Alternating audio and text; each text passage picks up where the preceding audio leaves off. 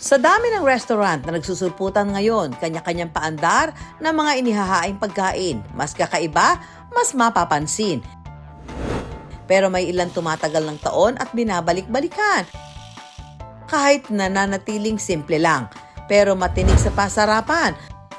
Gaya ng bangus na laging present sa hapag ng mga Pinoy. Manyaman na bangus recipe, talagang huling-huli ang sarap. Bangus ka ba? Bakit? Matinig ka kasi. Matinik sa luto at diskarte. Sisiri na yan.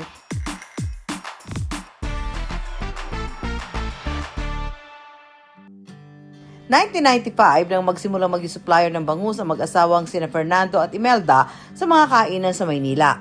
Ang hirap ako doon sa kaibigan ko ng 1,000. Para kasi 3,000 daw kailangan eh. Tapos nung nagawa na namin, kinabukasan, dineliver na niya. Pag-uwi niya, yung 3,000 ko naging 7,000 na. So may order na naman siya. O, gawa na naman kami. Sa bahay lang namin, sa lababo lang ako nagtidibod talaga. Wala pa kami. Mula sa pagiging supplier ng bangus, naisip nilang magluto ng mga putahing bangus na pwedeng ibenta. Ang Kapampangan si Fernando naging in charge sa kanilang kusina. Kasi ang Kapampangan kasi medyo meticuloso sa pagkain eh.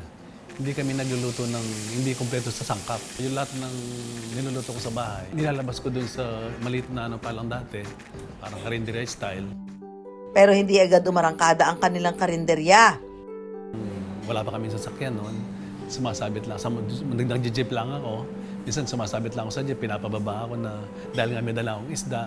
Pagod lang, tapos para mang walang kita. Yung quality yung ginagamit namin, yung meat namin talagang fresh. Yung mga ginagamit na seasonin namin talaga yung may level. Maraming serving. Ubus naman lahat, pero pagkikuwentahin namin parang di tayo masyadong kumikita, no? Hanggang ang dating gusto ng isarang negosyo, nahuli ang mapiling panlasa ng kanilang mga suki. Silog kaya kami. Bakit di natin try yung bangus, no? Oo. No? Sinigang bangus belly, ma'am, no? Sinigang bangus belly, tinry namin. Sisling bangus belly, salmon belly, yun. Hanggang sa yung customer namin, tuloy-tuloy na. Pero ang problema sa bangus, masyadong matinik. Alam naman ho natin na pag may bangus, lagi ang challenge dyan dapat walang tinik. So, i-debow natin. Ito ay hindi po gagamitin sa kilikili. Nilalabas po namin yung tinik. Ano ilan? Doon sa Oo, doon po sa pinag-uwitan. Ayan, sir. Ang hirap naman ito. Dapat yata nakasalamin. Hanggang pati ang patapong tinik ng bangus, nahanap din ng pakinabang.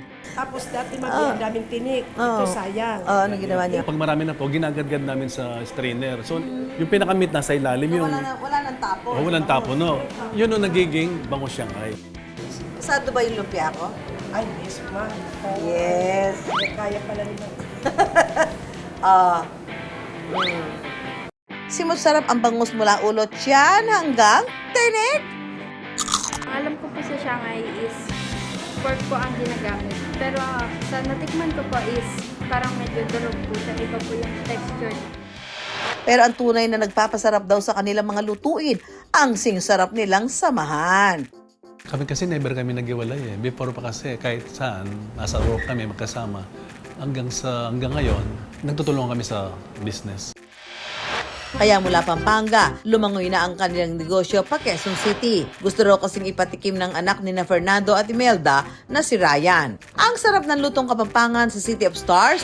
Kasi ma'am, ang lutong Kapampangan kasi ma'am, more on ano siya ma'am, kumbaga wala siyang preservative, kumbaga natural talaga yung ginagamit. Kumbaga hanggat maaari, natural, tapos yung dawi ng pagluluto, hindi siya minamadali. Hindi nyo na ho kailangan bumiyahe ng 2 oras para makarating sa culinary capital ng Pilipinas, ang Pampanga, dahil ang kanilang mga specialty matatagpuan nyo na dito sa Quezon City. Siyempre, eto yung kanilang mga pinagmamalaking putahe. Titikman na ho natin.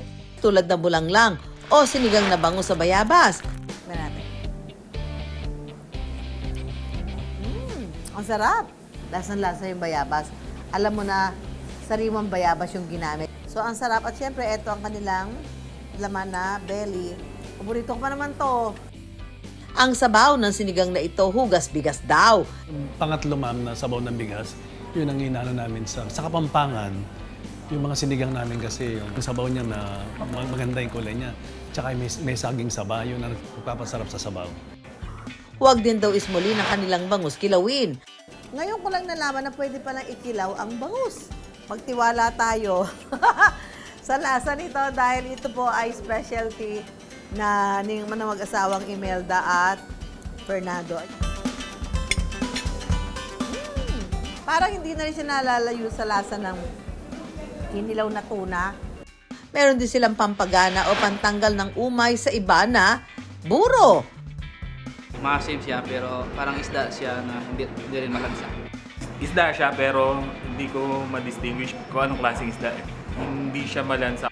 Manyaman nga.